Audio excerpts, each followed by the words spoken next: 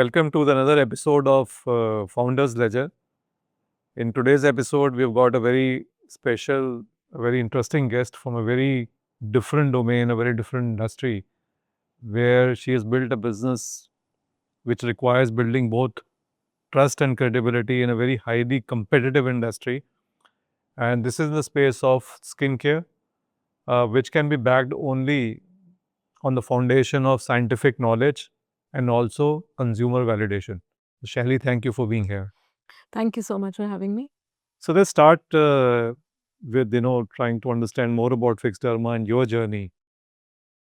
Why dermatology? Why not you thought of getting into conventional pharmaceutical, which is a very large market, and why specifically dermatology? What was your reason for getting into this space? So we moved back. We were in Southeast Asia for a very long time, me and my husband, almost 12 years. We have our own pharmaceutical trading and distribution business there, which is still there right now. So we came back in 2007 to India. And earlier the plan was of having a manufacturing unit, pharmaceutical manufacturing unit. We have the highest number of pharmaceutical units in the world in India. Oh, So you'll be surprised to know that. And we have the highest numbers of US FDA registered manufacturing units in India. So we are, called the pharmaceutical bowl of the world. We yeah. supply the medicine to the world. So there we saw that the market is already quite mature in terms of manufacturing. And we saw a gap in cosmetics. So there were products available in the cosmetic where I'll say the fair and lovely types. Which were focusing more on the fairer or the cosmetic version of face, and second were pharmaceutical area. So it was a perfect union of pharmaceutical versus cosmetics, more I'll say efficacious and performance based. So the idea of the brand came there, Fixed Derma, Yeah. and the brand name is Fixed Derma. So the intent is behind the name, fixing your skin, fixing your derm. So that's how the journey started. And to your second question, why we chose the dermatology route. So we had two options. Of course, online was not there, and the other option was going to the retail market. For retail market, you should have a crazy experience of network, and of course, deep pockets. So the dermatology route was good. It's a very slow process, but the entry barrier is very high. Not Yeah. anybody can jump into it. But still, I think it is adjacent to the beauty space, which is kind of was dominated and still is dominated by large multinational Yes, brands and companies. yes. So wasn't that a deterrent at that point in time? No, actually, I'll say we were rather in a very sweet spot, to be honest, because there were not many brands available which were in our area selling through dermatologists. Uh, so our profits were very high, the margins were very high. We used to always run out of the batches. So it was that good, I'll say. But the market was small, right? So, but now if I just come from in 15 years, like 2010 to 2025, 26, there's a sea change. The dynamics have changed, marketing dynamics have changed, crazy competition, but the market has also grown. Yeah, yeah. So it has grown multiple times and exponential growth actually in cosmetics. So they're both pros and cons of it. The market is very big right now, but of course the competition is also there. Yeah, yeah. Yeah. So when you started, Shally, so at that point in time, you could have started only through prescriptions of dermatologists, or you could have also done it, through the channel of pharmacist and direct to consumer. So what was available at that time? So actually, we chose the dermatologist route where they prescribe the products, and the product is available to the nearby pharmacy Yeah. or their in-house pharmacy. It's definitely not an easy route because you have to knock at each and every door of a dermatologist, and you have to convince them to write your products. It won't happen in one go. It takes multiple visits. Yeah. Then you have to have a very good team. The product knowledge has to be perfect, top notch, because each and every doctor is like a teacher. They can ask you any question Yeah. regarding the product and its efficacy. So a lot of work has to be done. But it was good. Yeah. But I'll say, if I in the hindsight, when I see, it was a slow process. Yeah. So, but when online came and we were about to miss the bus, I'll say, because we were really worried about the dermatologists, because they don't like the product to be available online. If they are prescribing the product, then what's the difference, right? Yeah. So we were really worried about them. So we didn't onboard. We actually, I feel we took some time, but in during COVID, we almost felt that we are going to miss everything if we are not present online. So we quickly onboarded, and from there, I think the sales picked up really well. Yeah. Yeah. So I think while every business is, based on its core knowledge, which is the foundation of every business, yours is particularly, very, very important, because at the end of the day, you are offering a solution to a consumer which is based on science. Yes. So how important was it at the time of beginning? Like first you had to test the solution which you're offering, or Yes. you built it over a period of time? So, um, if I really go back and think about it, um, since we had a pharmaceutical background, so we always thought about science more, Yeah. which sometimes I feel that we were too much into product. But I think it's very founder's call. Uh, the focus was always on the product, the formulation, the stability, the science, the claims we are making. Uh, and what happened when we started our dermatology channel in 2010, we also started exports. Okay. We opened our international market because we had very good connections in Southeast Asia. So for us, it was a bit easy because we had connections, we started distribution also. But what happened in 2012, 11, 12, once we have started, moving to Vietnam, Cambodia, Thailand, Philippines and all, we felt that we don't have the control over the packaging and the quality of the product. And in export, it matters a lot. That time we were having done it through a third party in private label. Then we thought we should have our own manufacturing unit. So our first manufacturing unit happened in 2013 Okay. in Neemrana, Rajasthan. It's an APIP zone, export promotion zone. So we started there.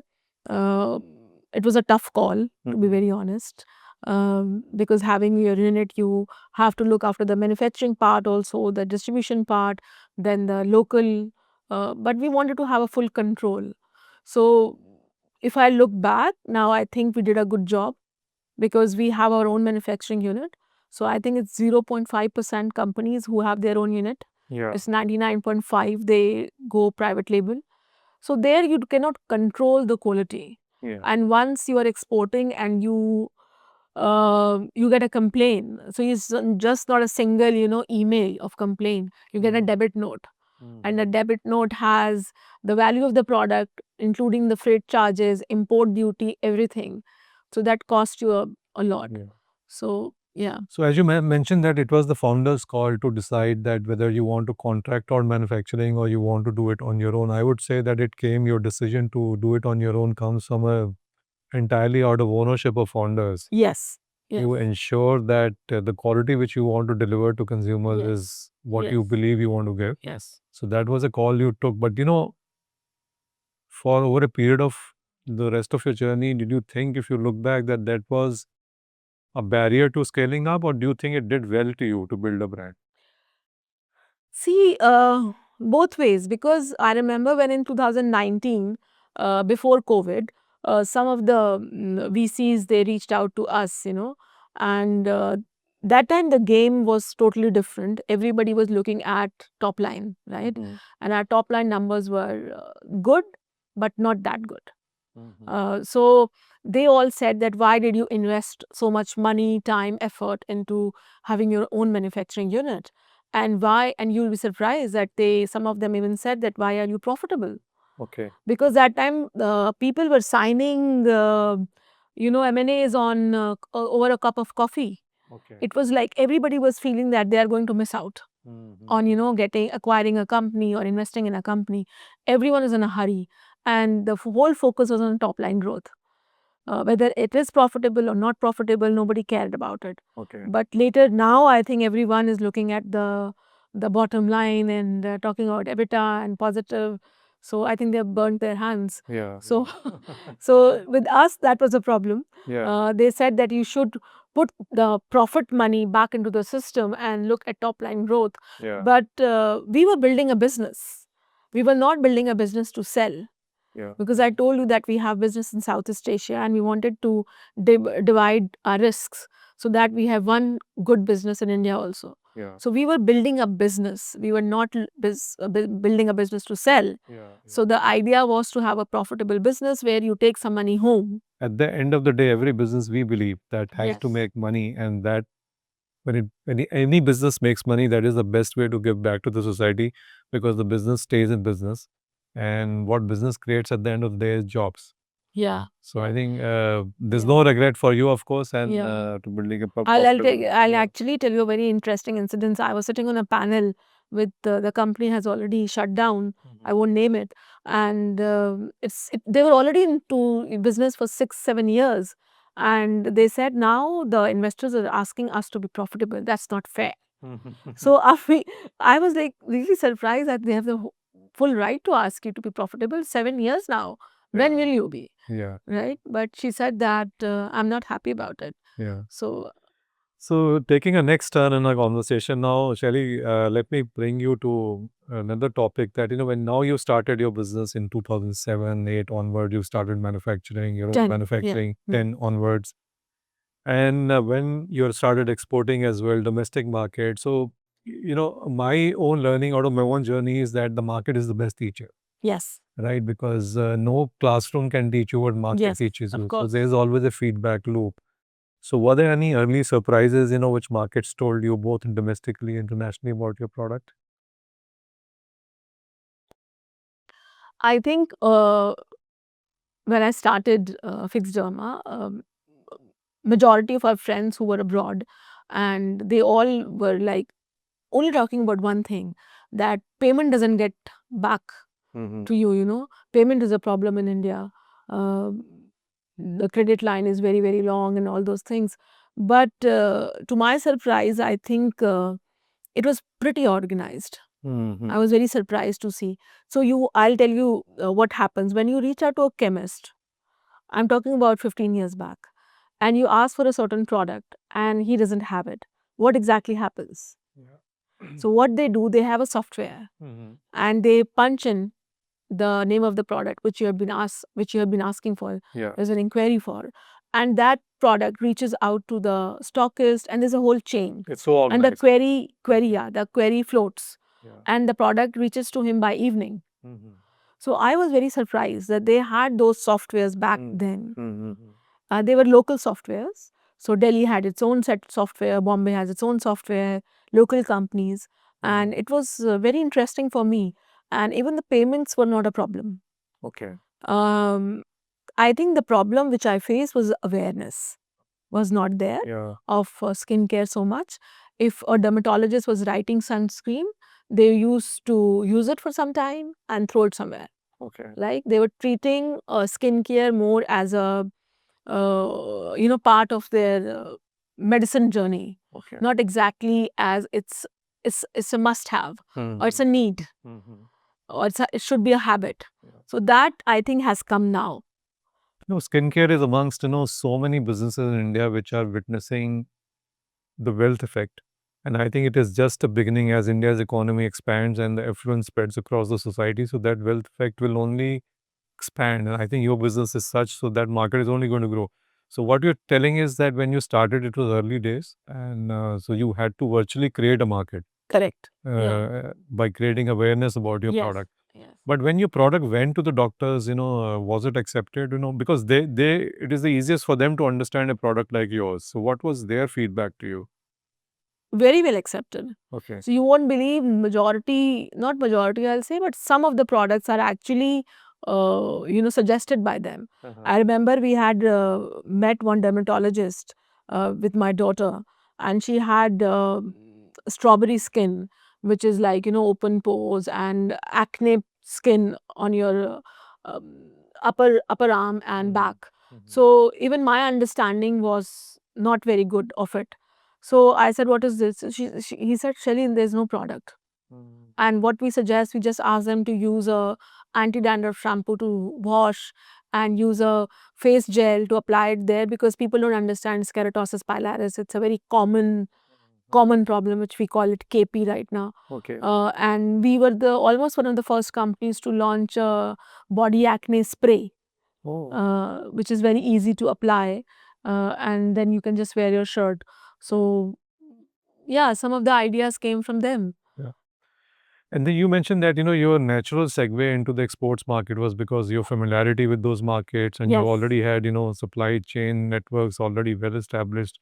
Now that you've been doing this for more than 15 years now, so what percentage of your sales come from domestic markets and overseas markets? So right now it's 30% of the total revenue, Comes from international markets. international market. Okay. So that's quite a diversification because you've got access to, and that must have helped you to scale also, because the scale of international markets is so much bigger beyond India. So as an Indian brand, we have to struggle a lot, Yeah. because India as a brand has to go a long way still. Yeah. So as an Indian company, we really have to work 10 times harder than any other brand. See, imagine you are in an exhibition and you are the only company. You are lonely there, right? Because no other Indian company, especially in our category, has any interest. Plus, they don't even have the know-how and the documentation and the compliances to go to international market. And they are very happy, selling in India. So for us, we have to do a lot of hard work. And imagine a sunscreen selling in, let's take example of Dubai or Saudi Arabia, or let's say Thailand, or let's say Philippines. Not that easy. Why somebody will choose us over any other country? So our fight is on a different level then. If somebody, any business has exported, it has learned far more and faster than what it can learn from domestic markets. So that 30% of your business can teach you so much more and prepare you as a more resilient business, Yes. even for Yes. domestic market. Yes. Now, Sherry, let's talk a bit about your product portfolio. So when you started off with one single product or multiple products? 12 products. So total product portfolio will be how many products now? 150. Oh, that's a quite lot. So that's really So when we moved online, we understood one thing, that the dermatologists were not happy to prescribe the similar products which were available online. So we have two product range. One is Fix Derma, which is mass premium, and one is FCL Skincare. Okay. It's blue and white packaging, very medical look, Yeah. which is for premium. It's more derma grade. Yeah. So we removed them. All the products we removed from Blinkit, Yeah. because we were really worried about it. Yeah. So that was a problem. That was actually a lot of confusion for us, how to balance the e-com channel, the dermatology channel, and the retail channel. So we were quite confused. That's why we have so many products. Now we have a certain set of products for dermatologists, certain set of products for online and offline market. Like that, we have segregated the product line. Yeah, no, that's a very interesting insight, Dido, because for any business, positioning, product positioning is so very critical that you have to see that who's your target audience. You learn only with mistakes. Yeah, you learn. And I think one good thing which you did, which you're telling us that you keep doing, is that you talk to doctors. Yes. Because what they are telling you is, what works and what doesn't work. Yes. That's adaptability. Yes. And And even, you won't believe, I still meet retailers. So in my last visit to Bombay, I went to Crawford Market Okay. and met some of the wholesalers and retailers. See, when you are on this side of the chair, on this side of the table, and when you are sitting on that side of the table, they are two different worlds, right? You are in a command position in my office. When I am in their office, they are in the command position. That's right. So a retailer becomes your boss then, right? Yeah. So your product, your scheme, your strategy has to speak. A retailer, see, when you are going to a chemist, you are a customer, and customer is a king. That's right. But when you are there as a vendor, as a seller, he's the king, right? Even a small retailer. And you have to be very careful, and you have to listen to them. And to build a lasting business, you have to listen to the market. Yes. And that's what, then adaptability is all about, because if you don't listen, how will you adapt? Yes. And if you'll not adapt, how will you last? Yes.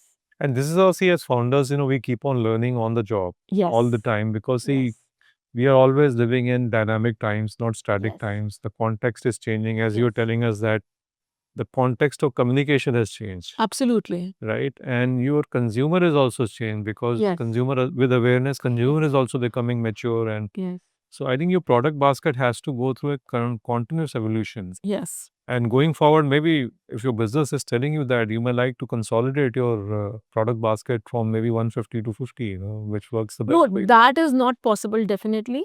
But 26, I have decided we should focus. The focus is very important on certain categories, because we don't do one. Example, we are planning to focus on our acne range, which is called Salizap. That's also one of the product which we started in the beginning. It's a salicylic acid base. And then we want to focus on our sunscreen category, which is our hero product, contributing to the majority of the sales. Then we have a moisturizing range which we're going to focus on. So we really want to focus on. And uh, the most interesting product we have is for pigmentation for your knees, neck, elbow. It's called Nigrican acanthosis. I remember when we launched Nigrifix, it's called, in 5 years back, I think. I remember my team was saying, ma'am ये तो कोई pronounce भी नहीं कर पाता है, Nigrican acanthosis, ये बिकेगा कैसे? तो ये nobody care, इंडिया में तो लोग फेस पे तो लगाते ही नहीं है. How people are, people don't care about their neck and knees and elbows and all. So it won't do well. But it picked up well, and we got our first patent on it. So now we have 2 patents in our basket, and 2 we have applied for. I don't think any company is also interested in getting a patent, Yeah. because they think it's not going to add any value to the brand or not going to add any top line numbers. So what is the point? Yeah. But I think it's something which gives you a pleasure, or let's say happiness. Yeah. Now let's come to let's talk a bit about unit economics, because that is something which is the core of every business and the core of every founder's strategy. And unit economics, Shelly, as you know, is basically where my margins are coming from, what is my cost structure of the business. So let's begin with when you started your business around 2010 with your production. So were you profitable in year one, or it took you some time? We were profitable. I'll tell you why. One, we were a small business, so the chain was absent. The chain of the value chain was absent. So we were just selling it directly to doctors also sometimes. So the additional cost was not there. Yeah. There were no commissions, nothing. And we were also, I'll say, the first mover advantage was also there for us, because there was not much competition. We were the first companies, you won't believe, to launch a serum, vitamin C serum in India. And I remember getting it approved in Ministry of Health was so difficult. They said कि serum तो injection होता है, because Serum Institute of India is so popular. Yeah, So इनके तो ये तो injectables होते हैं, ये आप मुंह पे कैसे लगाएंगे serum को? So I said no, it's a moisturizer, but we call it serum. So it took us at almost 3 to 4 months to convince them that you give us this serum. He said कि we have 3 categories: gel, moisturizer, lotion. Okay. इसी में बनाना है तो बनाओ, serum नहीं देंगे. So it was very difficult for us to get a serum, approved by the ministry. So that also took time. But Yeah. but when you were constructing your P&L, so to say, we all always keep on learning on the job. So what was the biggest cost out of your P&L at that point in time? Was it the raw material? Was it the commissions which you had to pass on to push sales, or was it advertising? What was it? That time it was more on team. Okay. See, when you are a small company, team actually adds a lot of cost to you, because the returns come much later. Okay. So once we started expanding, and dermatology channel is actually very human involvement is there, because you have to hire sales reps, which we call medical representatives. So that hiring has to be done. Then they have their TA&DA, which is called traveling and daily allowance, is part of the expenditure. So that chunk was actually adding a lot of cost to the company. And this is something which you had to have on your rolls. This cannot be outsourced. No, they won't join you. If you think you can outsource, they won't join you. Plus, They want directly, employed by the company. Yeah. Plus, at the end of the day, you are building a product reputation, a brand reputation. So you want to tell your story your way. Yes. which can only be done by the team which is representing the brand. Yes. Yes. Because a big part of this is that, building credibility with the doctor. Yes. And so that is one thing.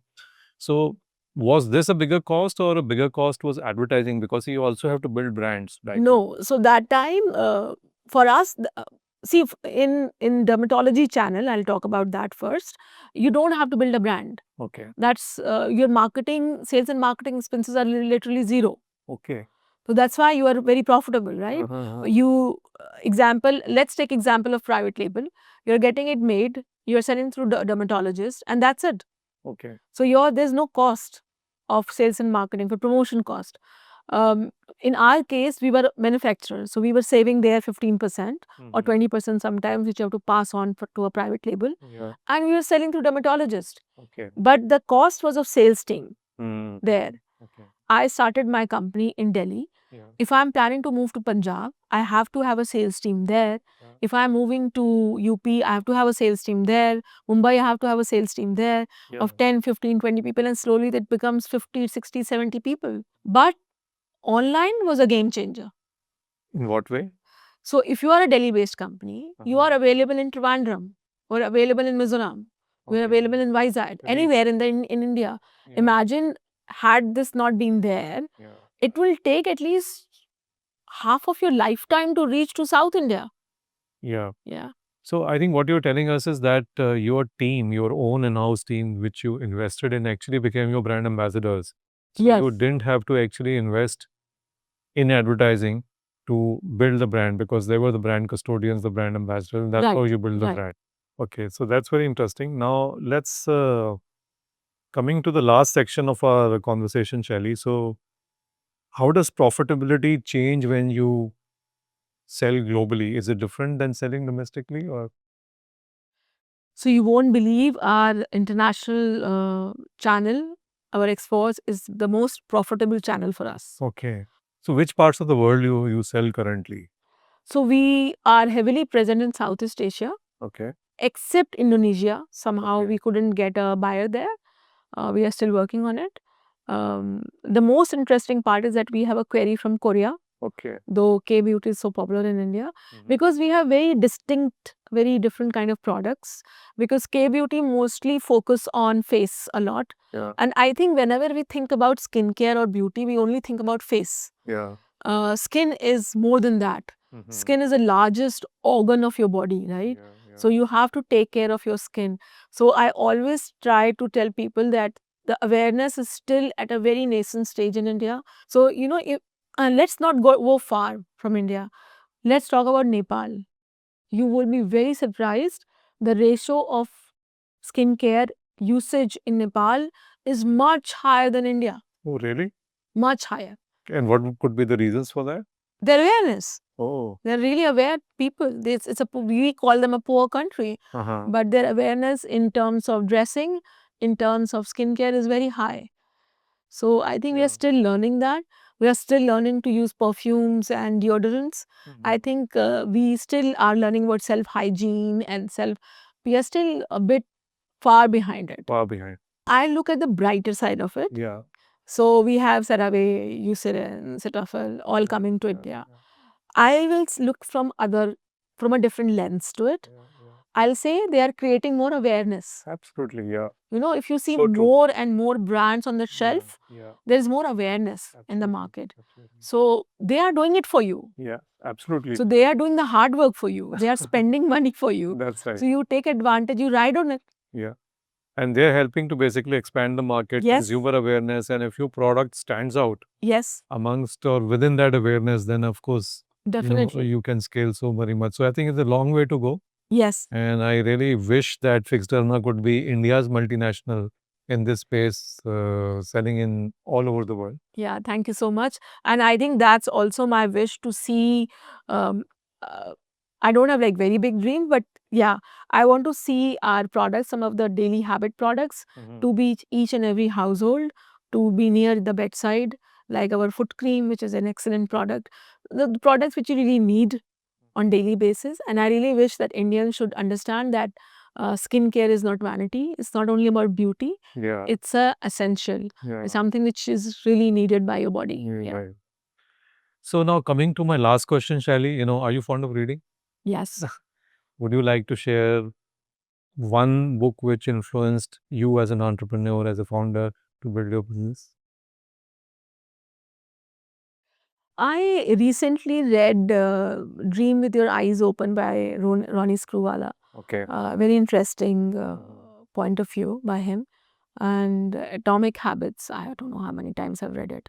So it was a wonderful, learning from you, Shaili, and congratulations for building such a wonderful business. Thank you so much. And all the very best to become India's multinational in this space.